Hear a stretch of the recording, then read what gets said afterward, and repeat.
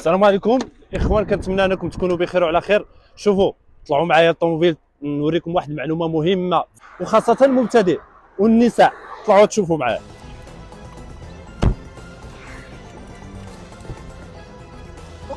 كما كتعرفوا الطوموبيل كاينين الناس كيخافوا منها، وخاصه المبتدئ. شوفوا شنو غادي نوريكم. غادي نمشي بالدوزيام، وممكن تمشيو بالتروازيام، ممكن ديرها بالسانكيام، ممكن كاتريام، ممكن. كاين الناس كيعرفوا غير ريغلاتور ديال السرعه، كتفيكسي السرعه وكتخليها ماشيه بديك السرعه هذيك.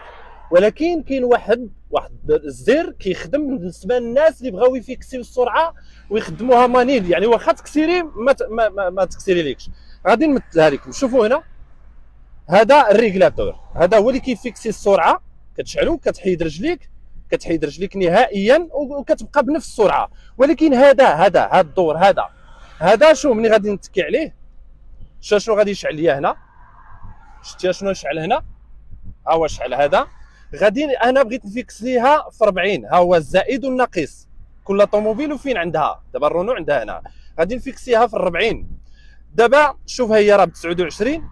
غادي نمشي للرجل ديالي، دابا راه مكسيريه تلقع ها الطوموبيل مكسيريه تلقع. ولكن ملي تجي لهنا ما تفوتلكش 40. مثلا بغيت نمشي ب 30. بالنسبه للناس المبتدئين اللي خافوا لا تجري بهم الطوموبيل، ولا ها هي 30. انا فيكسيتها ب 30، ها هي.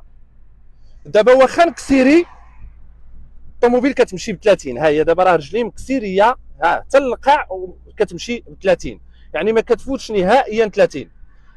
هذا هو الدور ديال هذا الزر هذا اللي شفتوه هنايا. خدموه الناس اللي مبتدئين هكا كيخافوا الطوموبيل لا تجري، خدموه وان شاء الله الطوموبيل ما غتجريش بكم. وخاصه الناس اللي بغاو يسوقوا في المدينه وكيخافوا الكسيراتور، ما عندهمش داك ليكيليبر ديال الكسيراتور. راه مزيان هذا الزر هذا، فيكسيها بواحد السرعه، وانت رجليك واخا تنساها ولا تزير الكسيراتور، الطوموبيل ما تفوتلكش ديك السرعه اللي فيكسيتي في الطوموبيل. كنتمنى من عند الله انكم تكونوا فهمتوا هذا الزر هذا، خدموه بالنسبه للمبتدئين. ومهم بزاف للمبتدئين، انا كنكررها.